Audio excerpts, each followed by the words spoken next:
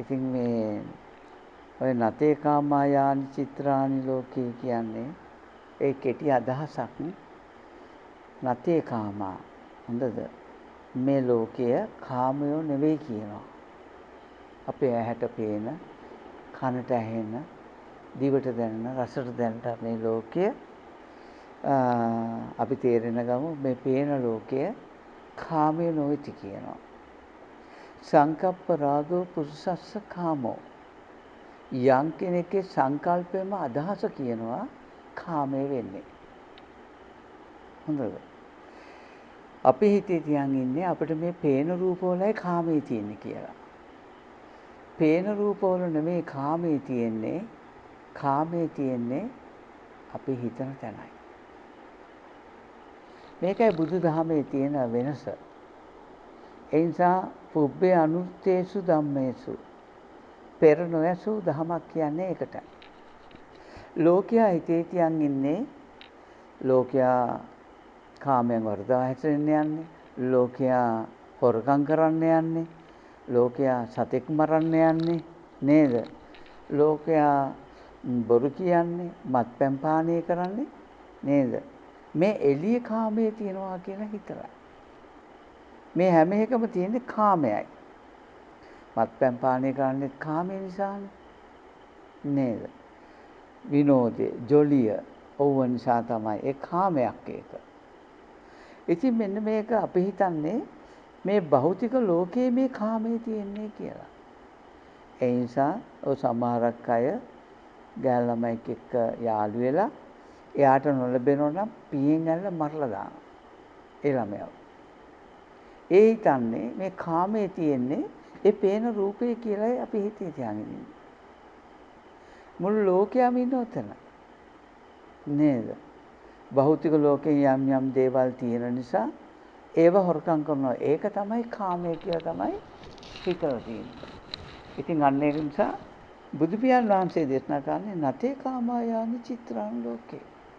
චිත්‍රානි කියන අපිට මේ පේන ලස්සන රූප. ලස්සන රූප පේනවා. හැබැයි ඒ රූපේ නෙමෙයි කාමයේ තියෙන්නේ. අපි හිතේ තියන් හිටියට. ඒ රූපේ කාමේ නෑ. ඔය පතග්ජන භික්ෂූන් මහාන වෙලා විනය සඳහන් වෙනවා කාමසේවනයේ යෙදලා තියෙනවා මලකඳන් එක්ක භික්ෂුන් වහන්සේලා. ඒවා අමුසොහොනනේ ඉස්සර තිබිලා තියෙන්නේ. රෙදි කෑල්ල වලින් ඔතලා ලස්සන ස්ත්‍රීන් ගෙනත් දානවා භූමියක් තියෙනවා නිකන් පොළොව උඩට දාලා යන්නේ.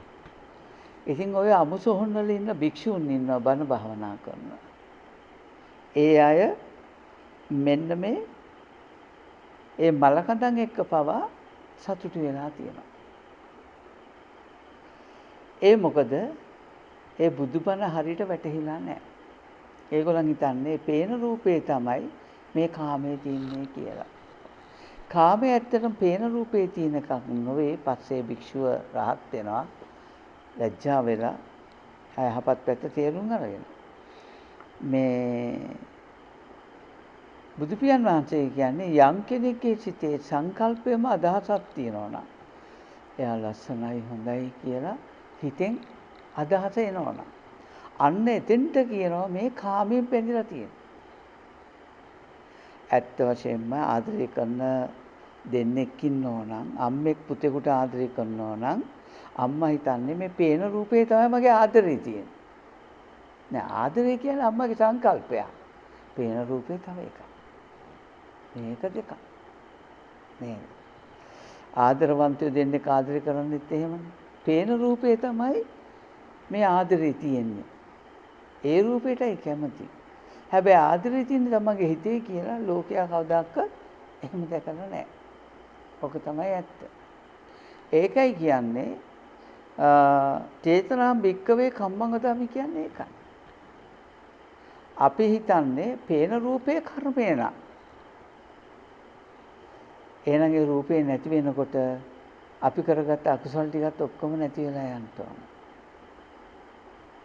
ඒ රූපේ නැති වුණත් ඒ රූපේ අරබය අපි කරගන්නා වූ කුසල් ධර්ම හෝ අකුසල් ධර්ම කර්ම කියන්නේ ඒවා තමන්ගේ චේතනාවට අනුවයි සිදු වෙලා තියෙන්නේ. තමා තුලයි ඒව වෙලා තියෙන්නේ. ඒකයි අපිට පේන්නේ නැත්තේ. අපිට පේන්නේ භෞතික ලෝකයෙන් මේවා වෙනවා කියලයි. ඒ නිසා භෞතික ලෝකයේ දේවල් වලට තමයි අපි කැමති. අපි බැඳිලා ඉන්නේ. ඒක තමයි අපි ඉන්නේ මෝහ අන්ධකාරයේ කියලා.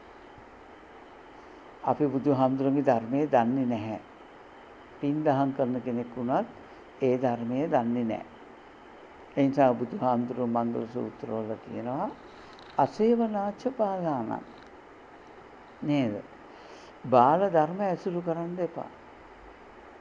දැන් අතේ කාමයන් චිත්‍රාන් ලෝකයේ කියන එක දැන් තේරෙන්න ඕන. මේ පේන රූපේ නෙමෙයි ලස්සන. මම ලස්සනයි කියලා හිතනවා. ඒක මගේ චින්තනය. ඒ හිතපු දෙයටයි මම තණ්හා කරගෙන ආස කරගෙන ඉන්නේ. යම් මේකින් මේ රූපේ ලස්සනයි කියලා මං සිප වැඳගත්තොත් මම සිප වැඳගෙන තියෙන්නේ මගේ සංකල්පම අදහස තමයි මං සිප වැඳගෙන තියෙන්නේ. මට තේරෙන්නේ නැහැ. උදාහරණයක් මම මේ වටාපත අතින් අල්ලන් ඉන්නවා. මේ වටාපතක් අතින් අල්ලන් ඉන්නවා කියලා ගත්තොත් ඒක වැරදි. වටාපත කියන වචනේ මේ වස්තුව දන්නේ නැහැ. මේක අචේන්ජක වස්තුවක්. මේ වටාපත හොඳයි ලස්සනයි කියලා හිතනවා. ඒක ඔබේ සංකල්පයක්.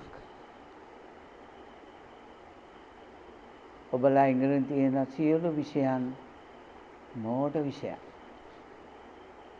මේ කැම්පස් වල උගන්වන්නේ මෝඩ විෂයක්. ඔය සත්‍ය නෙවෙයි. ওই මෝඩකමට වැටුනහම මාන්නේ අරෝමය වැඩි වෙලා මහා විපතක්.